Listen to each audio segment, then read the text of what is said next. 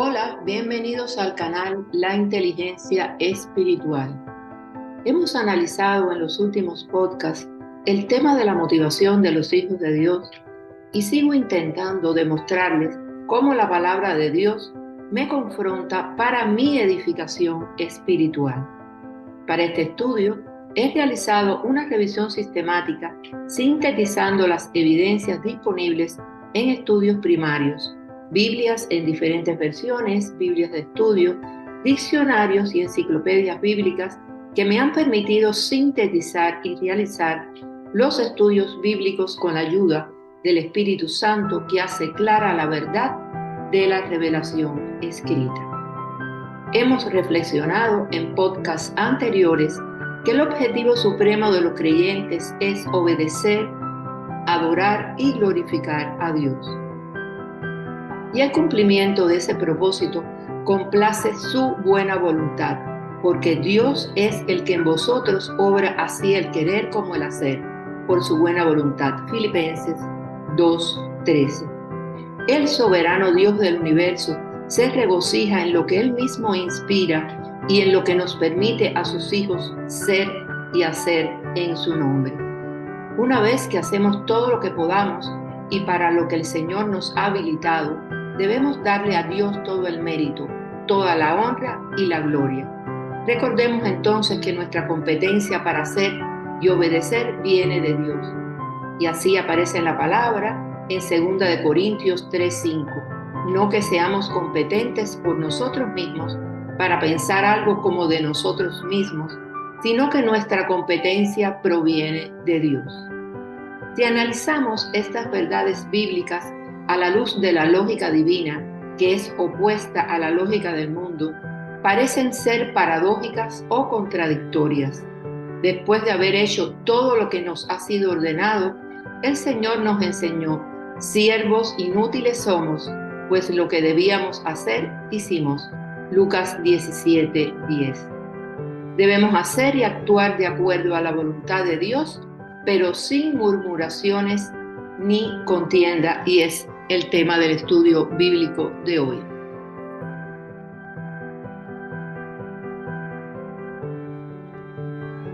Filipenses 2, del 14 al 16. Hacedlo todo sin quejas ni contiendas, para que seáis intachables y puros, hijos de Dios sin culpa en medio de una generación torcida y depravada.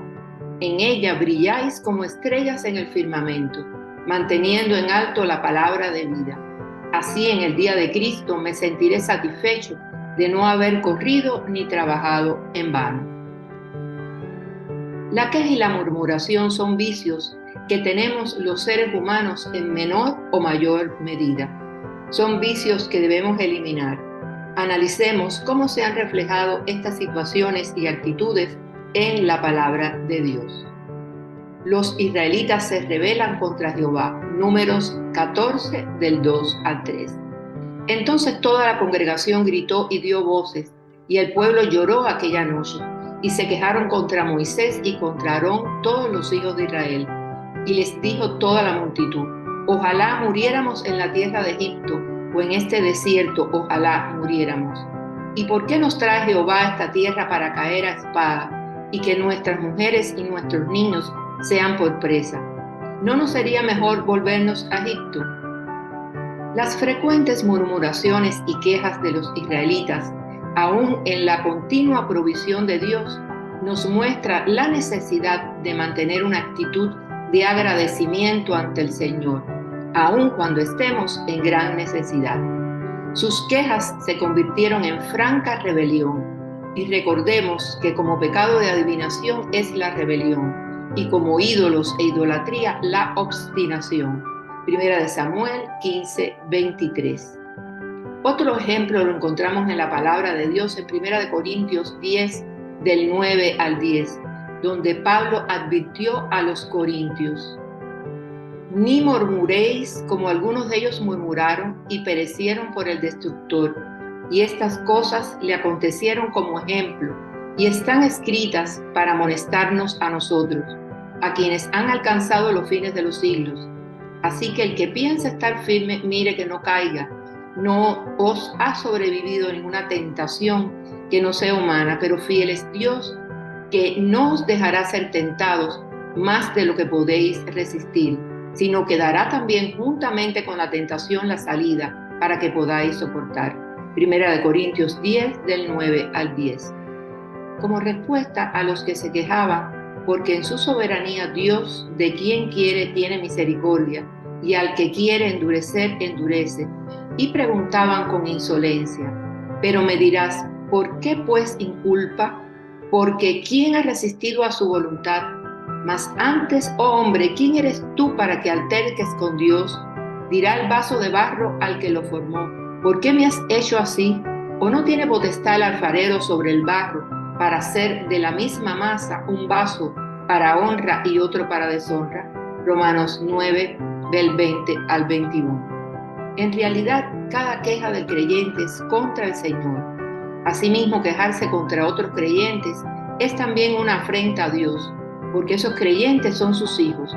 Santiago advirtió al respecto: hermanos, no os quejéis unos contra otros, para que no seáis condenados. He aquí, el juez está delante de la puerta. Santiago 5, 9.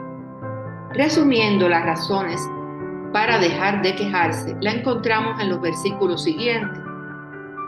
Para que seáis irreprensibles y sencillos, hijos de Dios sin mancha en medio de una generación maligna y perversa, en medio de la cual resplandecéis como luminares en el mundo, asidos de la palabra de vida, para que en el día de Cristo yo pueda gloriarme de que no he corrido en vano, ni en vano he trabajado. Versículos 15 y 16. Los creyentes debemos dejar de quejarnos para que podamos llegar a ser la clase de hijos de Dios que Él desea, o sea, irreprensibles y sencillos. Debido a que somos sus hijos, debemos ser imitadores de Dios, Efesios 5:1. Todo cristiano está en el proceso de ser más como Cristo, 2 Corintios 3:18.